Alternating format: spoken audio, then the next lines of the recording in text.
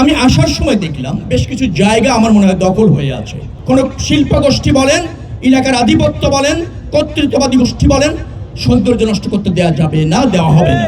এই বাংলার যে ঐতিহ্য, বাংলার যে সংস্কৃতি, ঢাকার যে গর্বের জায়গাগুলি একসময় মানুষ ধারণ করত, নতুন প্রজন্ম অনেকটা ভুলে যেতে বসেছে।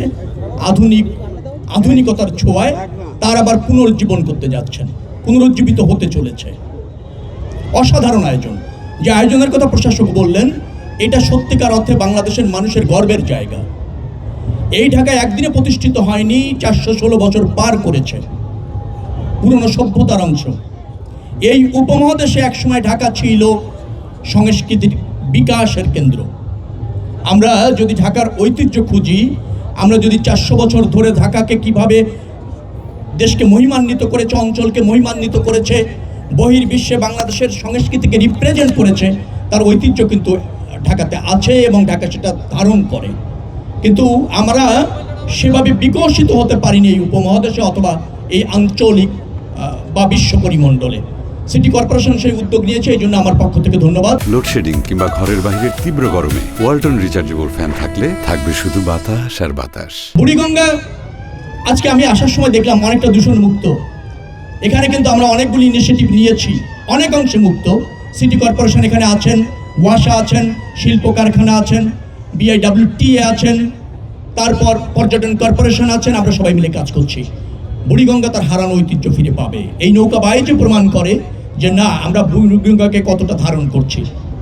বৃত্তাকার নৌপথের কাজ চলছে, প্রশাসক এখানে আছেন। আমরা বারংবার বসেছি, কর্ম পরিকল্পনা নিয়েছি, ঢাকাকে নতুন করে ঢেলে সাজানোর, বাসযোগ্য করা, পরিবেশ বান্ধব করা, সাংস্কৃতিক এবং ঐতিহ্যের আবয়বে গড়ে তোলা, এবং চারপাশে যে নদী আছে, তুরাগ, বুড়িগঙ্গা, বালু সহ, ধলেশ্বরী সহ যে নদীগুলি আছে, দূষণমুক্ত রেখে নৌপথকে অবাধে চলাচলের সুযোগ করে দেওয়া, বৃত্তাকার নৌপথ। এবং নদী শাসনও করা হবে কিছুটা, নদীর পাড়গুলিতে যাতে মানুষ অবাধে চলতে পারে।